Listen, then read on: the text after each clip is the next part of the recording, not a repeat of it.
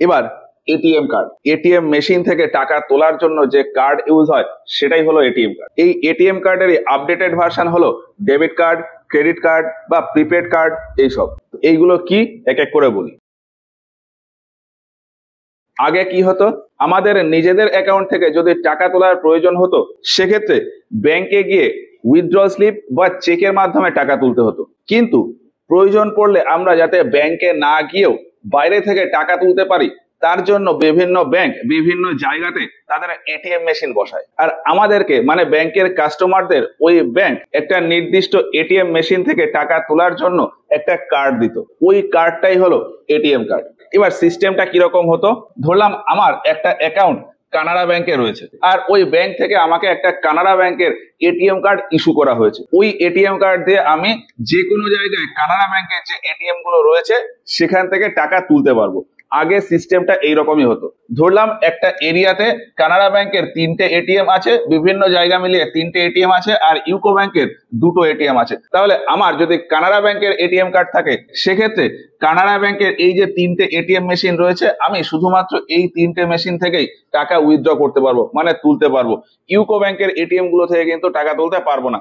ATM কার্ডে এই সিস্টেমটা ছিল। ঠিক একই রকম ভাবে ইউকো ব্যাংকের যে এটিএম কার্ড সেই কার্ড দিয়ে শুধুমাত্র ইউকো ব্যাংকের যে এটিএম মেশিন গুলো রয়েছে সেখান থেকেই টাকা তোলা যেত। ইউকো ব্যাংক ছাড়া অন্য কোনো ব্যাংকের এটিএম থেকে টাকা তোলা যেত না। এর পেছনে বিভিন্ন রকম কারণ ছিল, তার ভেতর একটা মেজর কারণ হলো একটা ব্যাংকের কাস্টমারদের ইনফরমেশন অন্য ব্যাংকে না দেওয়া। আগে এটিএম মেশিন গুলোতে কি হতো, ধরলাম এই ইউকো ব্যাংকের যে দুটো এটিএম, এই দুটো এটিএম যে সার্ভারে কানেক্ট রয়েছে সেটা ইউকো ব্যাংকের যে সার্ভার সেই সার্ভার থেকে কন্ট্রোল হতো। সহজ ভাষায় ইউকো ব্যাংকের যে সমস্ত কাস্টমাররা রয়েছে শুধুমাত্র তাদের ইনফরমেশনই এই দুটো মেশিনে রয়েছে। ইউকো ব্যাংক ছাড়া অন্য কোনো ব্যাংকের যে সমস্ত কাস্টমার তাদের ইনফরমেশন যেহেতু এই দুটো মেশিনে নেই, এই জন্য অন্য কোনো ব্যাংকের এটিএম কার্ড দিয়ে এই এটিএম এ টাকা তুলতে গেলে টাকা উঠবে না। এবার এইখানটায় সব থেকে বড় সমস্যাটা হলো যে আমার কাছে হয়তো একটা ব্যাংকের এটিএম কার্ড রয়েছে কিন্তু আমি যেখান থেকে টাকা তুলতে চাইছি সেখানে ওই ব্যাংকের কোনো এটিএম নেই বা এটিএম মেশিন নেই। এই সমস্যার সমাধানে আসে ডেবিট কার্ড। কিছু থার্ড পার্টি কোম্পানি রয়েছে যেরকম ভিসা, রুপে, মাস্টার কার্ড। এরা কি করে, এরা নিজেদের একটা সার্ভার রুম তৈরি করে রেখেছে যেখানে এই কানাড়া ব্যাংক, ইউকো ব্যাংক বা অন্য যে সমস্ত ব্যাংক রয়েছে তাদের কাস্টমারদের ইনফরমেশন নিজেদের কাছে স্টোর করে রেখে দিন। ব্যাপারটা কেমন, এই ভিসা, রুপে বা মাস্টার কার্ড এই কোম্পানিগুলো প্রত্যেক ব্যাংককে বলে যে আপনারা আপনাদের কাস্টমারদের ইনফরমেশন আমাদের কাছে দিন, আমাদের কাছে স্টোর করে রেখে দেবো, এবং আমরা একটা কার্ড ইস্যু করব যেটাকে বলা হবে ডেবিট কার্ড। এই ডেবিট কার্ডের মাধ্যমে কোনো একজন ব্যক্তি যে কোনো এটিএম থেকে তার টাকা তুলতে পারবে। সিস্টেমটা কিভাবে চলে, ধরলাম আমার ওই অ্যাকাউন্ট কানাড়া ব্যাংকে রয়েছে, আমি কানাড়া ব্যাংক থেকে একটা এটিএম কার্ড চাই। তো সেই হিসাবে কানাড়া ব্যাংক কি করবে, কানাড়া ব্যাংক আমার ওই এটিএম এর অ্যাপ্লিকেশনটা ভিসাকে দিয়ে দেবে। ভিসা কানাড়া ব্যাংকের হয়ে আমার নামে একটা ডেবিট কার্ড ইস্যু করে দেবে। তার জন্য এই কার্ডের ওপরে এখানে লেখা থাকবে কানাড়া ব্যাংক আর নিচে এখানে লেখা থাকবে ভিসা।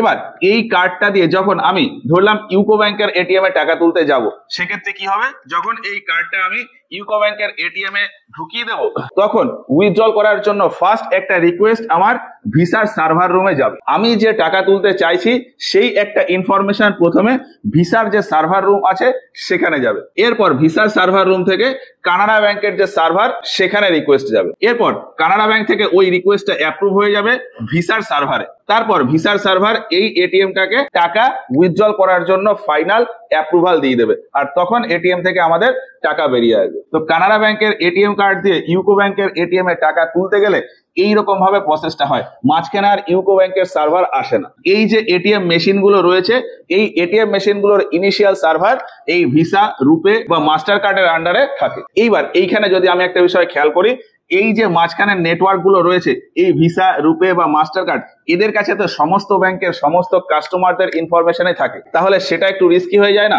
হয় না, কারণ এই সমস্ত যে কোম্পানি, এই কোম্পানির পলিসিতে বলাই আছে যে এক ব্যাংকের ইনফরমেশন অন্য কোনো ব্যাংকে দেওয়া যাবে না। তো সিস্টেমটা এইভাবে রান করে। এই যে ভিসা, রুপে, মাস্টার কার্ড এইগুলোকে বলা হয় পেমেন্ট কার্ড নেটওয়ার্ক। এগুলো কি বলে? Payment card network. এই তিনটে ছাড়াও আরো বিভিন্ন রকমের নেটওয়ার্ক আছে, যেমন Maestro, American express, discover, Diners club, pulse এইসব। এবার এই ডেবিট কার্ড দিয়ে যেমন বিভিন্ন এটিএম থেকে টাকা তোলা যায়, এর পাশাপাশি আরো বিভিন্ন কাজ এই ডেবিট কার্ড দিয়ে করা যায়। যেমন অনলাইনে বিভিন্ন ট্রানজাকশন বা বিভিন্ন বিল পেমেন্ট এই ডেবিট কার্ডের মাধ্যমে করা যায়। অনলাইনে অন্য কারোর অ্যাকাউন্টে টাকা ট্রান্সফার করার জন্য এই ডেবিট কার্ড ব্যবহার করা যায়। অনলাইন শপিং এর পর সেখানে পেমেন্ট করার জন্য এই ডেবিট কার্ড ইউজ হয়। এছাড়া বিভিন্ন শপিং মল বা বিভিন্ন দোকানে পেমেন্ট করার জন্য যে পিওএস মেশিন থাকে, অর্থাৎ পয়েন্ট অফ সেল মেশিন থাকে, সেই মেশিনের সাহায্যে পেমেন্ট করার জন্য এই ডেবিট কার্ড ব্যবহার করা যায়। বর্তমানে এটিএম মেশিন গুলো কেমন হয়, এটিএম থেকে যেমন আমি টাকা তুলতেও পারি, সেই রকমই এটিএম এর মাধ্যমে আমি আমার অ্যাকাউন্টে টাকা ডিপোজিটও করতে পারি। তো এটিএম এর সাহায্যে আমার অ্যাকাউন্টে টাকা ডিপোজিট করার জন্য ডেবিট কার্ড ব্যবহার করা যায়। এছাড়াও ডেবিট কার্ডের আরো বিভিন্ন ইউজ রয়েছে। এবার একটা ডেবিট কার্ড দেখতে কেমন হয় আর তাতে কি কি জিনিস লেখা থাকে সেটা আমি একটু বলি। ডেবিট কার্ডের দুই দিকে দুই রকমের ইনফরমেশন দেওয়া থাকে। সামনের দিকে অর্থাৎ ফ্রন্ট সাইডে সবার উপরে ডান দিকে বা বাঁ দিকে ব্যাংকের নাম লেখা থাকে। স্টেট ব্যাংকের ডেবিট কার্ড হলে স্টেট ব্যাংকের নাম, কানাড়া ব্যাংকের ডেবিট কার্ড হলে কানাড়া ব্যাংকের নাম, আর আরআরবি অর্থাৎ রিজিওনাল রুরাল ব্যাংক হলে কার্ডের একদম উপরে একদিকে ওই আরআরবি এর নাম আর অন্যদিকে যে স্পন্সার্ড ব্যাংক তার নাম। এবার কার্ডের মাঝখানের দিকে কার্ডের নাম্বার লেখা থাকে। যে কোনো ডেবিট কার্ডে 16 ডিজিটের একটা কার্ড নাম্বার হয়, তবে স্পেশাল কিছু কিছু কার্ডে 14টা নাম্বারও থাকে। কার্ড নাম্বারের উপরে একটা সিম কার্ডের মতন চিপ লাগানো থাকে, যেটাকে বলা হয় স্মার্ট চিপ। ওই কার্ড সম্পর্কে সমস্ত তথ্য ওই চিপের ভেতর থাকে। কার্ডের যে নাম্বার তার নিচে যার নামে কার্ড তার নাম লেখা থাকে, আর তার নিচে মাঝখানের দিকে লেখা থাকে এক্সপায়ারি ডেট, মানে এই কার্ডটা লাস্ট কতদিন পর্যন্ত ভ্যালিড। আর কার্ডের একদম নিচে ডান দিকে লেখা থাকে রুপে অথবা ভিসা বা মাস্টার কার্ড বা মায়েস্ট্রো বা আমেরিকান এক্সপ্রেস এইসব। এইগুলো দিয়ে বোঝায় যে এই ডেবিট কার্ডটা কোন নেটওয়ার্ক দ্বারা ইস্যু করা। এগুলোকে বলা হয় পেমেন্ট নেটওয়ার্ক লোগো। আর সামনের দিকেই বিভিন্ন জায়গাতে বিভিন্ন রকম কথা লেখা থাকতে পারে, যেমন classic, global, silver, gold, platinum, international, এই সমস্ত কথা। এই সমস্ত কথার মাধ্যমে বোঝায় ওই ডেবিট কার্ডটা আমি কোথায় ব্যবহার করতে পারবো আর ওই ডেবিট কার্ডে টাকা তোলার বা ট্রানজাকশন করার কেমন লিমিট রয়েছে। একদম বেসিক যে কার্ড সেটা হলো ক্লাসিক কার্ড।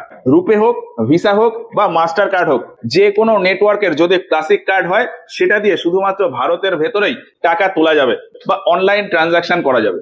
ইন্টারন্যাশনাল কোনো ট্রানজাকশন এই ক্লাসিক কার্ডের মাধ্যমে হয় না। আর এই ক্লাসিক কার্ডে উইথড্রল বা টাকা তোলার লিমিট বা ট্রানজাকশন করার লিমিটও অনেক কম থাকে। মোটামুটি 10,000 বা 15,000 বা 20,000 বা ম্যাক্সিমাম 25,000 পর্যন্ত লিমিট এই ক্লাসিক কার্ডে থাকে। ক্লাসিকের পরে যে সমস্ত কার্ড রয়েছে, অর্থাৎ গ্লোবাল বা সিলভার বা গোল্ড বা প্ল্যাটিনাম বা সিগনেচার, এগুলো সবই হলো ইন্টারন্যাশনাল ডেবিট কার্ড। মানে এগুলো দিয়ে আমি ভারতের ভেতরেও ট্রানজাকশন করতে পারবো, টাকা তুলতে পারবো, তার সাথে সাথে ইন্টারন্যাশনালি মানে ভারতের বাইরে গিয়েও আমি টাকা তুলতে পারবো বা অনলাইনে ট্রানজাকশন করতে পারবো। আর এই সমস্ত কার্ডেও উইথড্রল বা ট্রানজাকশনের লিমিটও একটু বেশি থাকে। এবার কার্ডের ব্যাক সাইডে আসি। ব্যাক সাইডে একদম উপরের দিকে একটা কালো কালারের পেন্ট করা থাকে, ওটাকে বলা হয় ম্যাগনেটিক স্ট্রিপ। ওই কার্ড সম্পর্কে সমস্ত ইনফরমেশন ওই ম্যাগনেটিক স্ট্রিপের ভেতরেও থাকে। সামনের দিকে যেমন সিম কার্ডের মতন একটা চিপ থাকে, ওই চিপেও ওই কার্ডের ইনফরমেশন থাকে। তার সাথে সাথে ব্যাক সাইডে ওই যে ম্যাগনেটিক স্ট্রিপ, এই স্ট্রিপের ভেতরেও ওই কার্ড সম্পর্কে সমস্ত তথ্য থাকে। ওই কার্ড সম্পর্কে তথ্য মানে ওই কার্ড যে ব্যক্তির, সেই ব্যক্তির অ্যাকাউন্ট সম্পর্কে সমস্ত তথ্য ওই ম্যাগনেটিক স্ট্রিপ আর ওই স্মার্ট চিপ এই দুটোর ভেতর থাকে। ম্যাগনেটিক স্ট্রিপের নিচে একটা ফাঁকা জায়গা থাকে যেখানে ওই কার্ড হোল্ডার তার সিগনেচার করে দিতে পারে। আর ওই ব্ল্যাঙ্ক স্পেসের ডান দিকেই 3টে ডিজিটের একটা কোড থাকে যেটাকে বলা হয় সিভিভি। সিভিভির পুরো নাম হলো কোড ভেরিফিকেশন ভ্যালু। ডেবিট কার্ডের মাধ্যমে অনলাইন ট্রানজাকশন করার সময় অ্যাকাউন্ট নাম্বার আর সিভিভি এই দুটো জিনিসই প্রয়োজন হয়। এটা কনফার্ম করার জন্য যে ওই ডেবিট কার্ড দিয়ে পেমেন্ট করছে তার কাছে ওই ডেবিট কার্ডটা রয়েছে। এখানে ধারণাটা কি, ধরলাম আমি কোনো না কোনো জায়গা থেকে একজনের এটিএম কার্ডের বা ডেবিট কার্ডের সামনের দিকে ছবি পেয়েছি, তাহলে ওই সামনের দিকের ছবি থেকে card number, account holder name আর এক্সপায়ারি ডেট দিয়ে আমি পেমেন্ট করে দিতে পারি বা ট্রানজাকশন করে নিতে পারি। তো এটা যাতে না হয় তার জন্য পিছনের দিকে ওই কার্ডটাকে ভেরিফাই করার জন্য একটা ছোট নাম্বার দেওয়া থাকে, সেটাকেই বলা হয় সিভিভি নাম্বার। কার্ড নাম্বারের সাথে সিভিভি নাম্বার সার্ভারে একসাথে ম্যাচ হয়ে যায়। কার্ড নাম্বারের সাথে যদি সিভিভি নাম্বার ম্যাচ হয়ে যায় সেক্ষেত্রে বোঝা যায় যে ওই ডেবিট কার্ড দিয়ে পেমেন্ট করছে তার কাছে কার্ডটা রয়েছে। তো যাই হোক, ডেবিট কার্ডের পেছনে এইগুলো থাকে। আরো বিভিন্ন জিনিস থাকে, যেমন নিচের দিকে বাঁদিকে কোনায় একটা ছোট হলোগ্রাম থাকে, 3D প্রিন্টেড একটা হলোগ্রাম থাকে, আর ওই কার্ডের একদম ওপরে ছোট্ট করে একটা টোল ফ্রি নাম্বার দেওয়া থাকে। ডেবিট কার্ড সম্পর্কে কোনো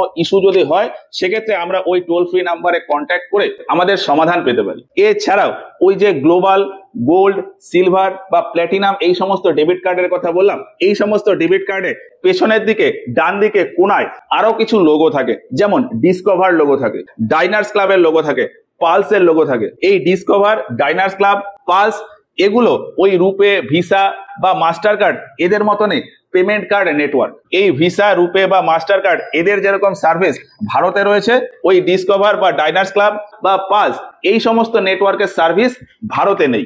ডেবিট কার্ডে ওই সমস্ত লোগো রয়েছে, এর মানে হলো বিদেশে যে সমস্ত দেশে ওই ডিসকভার, ডাইনার্স ক্লাব বা পালস এই সমস্ত নেটওয়ার্কের সার্ভিস রয়েছে, সেখানে গিয়ে আমি যদি ওই ডেবিট কার্ডটা ইউজ করি সেখান থেকে আমি বিভিন্ন ছাড় পেতে পারি। তো ডেবিট কার্ডের সামনে বা পিছনের দিকে এই সমস্ত জিনিসপত্রগুলো থাকে। এবার যেমনটা বললাম যে পেমেন্ট করার জন্য এই তিনটে যে রয়েছে, রুপে, ভিসা আর মাস্টার কার্ড, বর্তমানে ভারতে এই তিনটে কোম্পানি আমাদের ডেবিট কার্ড ইস্যু করে, রুপে, ভিসা আর মাস্টার কার্ড। এবার এই পেমেন্ট নেটওয়ার্ক গুলো বিভিন্ন ব্যাংকের থেকে তার কাস্টমারদের ইনফরমেশন নেয়, ইনফরমেশন নিয়ে রাখে কোথায়? তাদের বড় বড় সার্ভার রুম আছে। এবার এই সার্ভার রুম বা সার্ভার, ভিসা আর মাস্টার কার্ড এই দুটো সার্ভার বিদেশে আমেরিকাতে রয়েছে, আর রুপে এর সার্ভার রয়েছে ভারতে। এবার কোনো একটা ডেবিট কার্ড কোথায় ব্যবহার হবে তার ভিত্তিতে দুই রকমের ডেবিট কার্ড হয়, ডোমেস্টিক আর ইন্টারন্যাশনাল।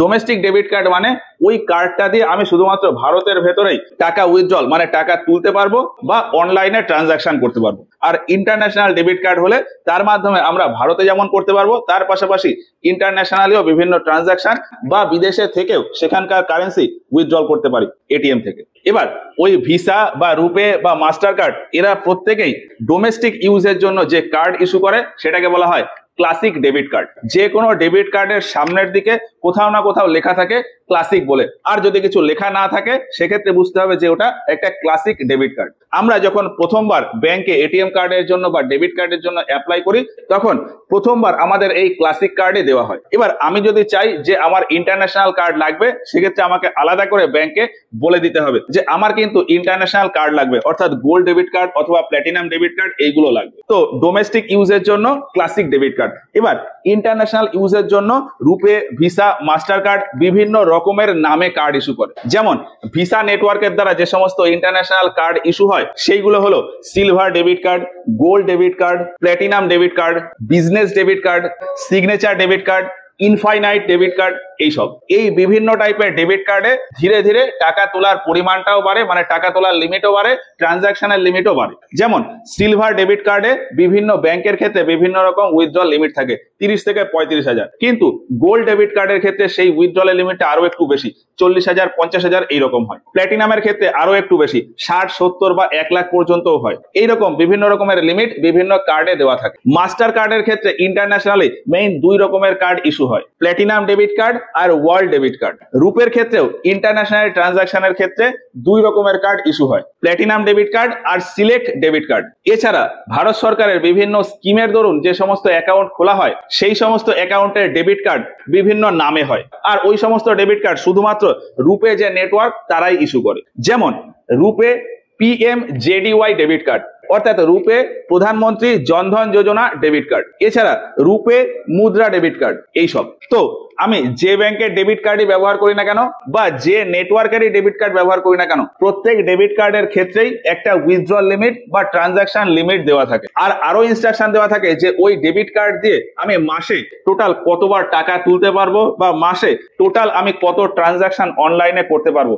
এইসব যদি তার থেকে বেশিবার আমি ট্রানজাকশন করি বা তার থেকে বেশিবার টাকা উইথড্রল করি, সেক্ষেত্রে আমার অ্যাকাউন্ট থেকে কিছু চার্জ আলাদা করে কেটে নেবে। তো যাই হোক, এই হচ্ছে ওভারঅল ডেবিট কার্ড। এর পরে রয়েছে ক্রেডিট কার্ড। ক্রেডিট কার্ড সম্পর্কে এর পরের ক্লাসে গিয়ে আমরা বলবো।